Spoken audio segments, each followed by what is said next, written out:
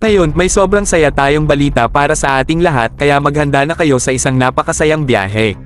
Ayon sa pinakahuling balita, hindi lang ang Philippine Army ang nagpapahuli sa laro dahil meron silang cool upgrade. Precision, lakas at pagsadsad ng mga target nang hindi pa naririnig dati. Ang Philippine Army ay bibili ng mga napakahusay na baril. At hindi lang to yung mga pangkaraniwang putok-putok na baril mga bro. Ito ay precision-guided, game-changing 155mm artillery rounds. Napakalupit. Ito ang chika mga bro. Parang nagpapakalas sila ng mga paa sa tubig, tinitest muna nila ang epekto ng mga baril na to bago sila mag-commit sa malalaking bilang.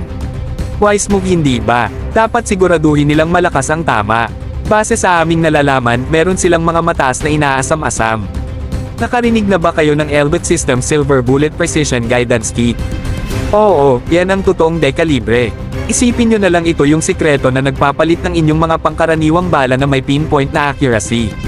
At ito ang mas interesting. Ang mga baril na to ay maaaring maging sagot sa mga misyon na malapit lang, mga 30 kilometers lang ang layo. Alam nyo ba kung anong ibig sabihin nito?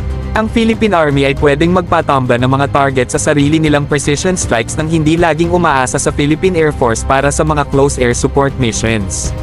Astig hindi ba parang sila na mismo ang bida? Lahat ng ito ay para sa pag-increase ng ating capability mga bro.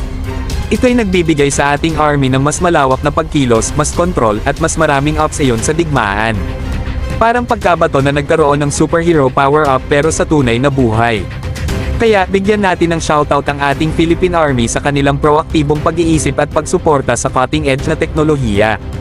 Ito ay nagpapakita ng kanilang determinasyon na maging ahead of the game at siguraduhing may bawat kapakinabangan ang ating mga puwersa. Ayos mga bro, abangan natin ang mga susunod na balita tungkol sa nakaka-excite na development na to. Huwag kalimutan mag-like sa video na ito, mag-subscribe sa ating channel, at i-share ito sa inyong mga kaibigan. Sabay-sabay nating ipagdiwang ang pagsisikap ng Philippine Army para sa pag-unlad at ang kanilang dedikasyon sa pagiging ligtas ng ating bansa.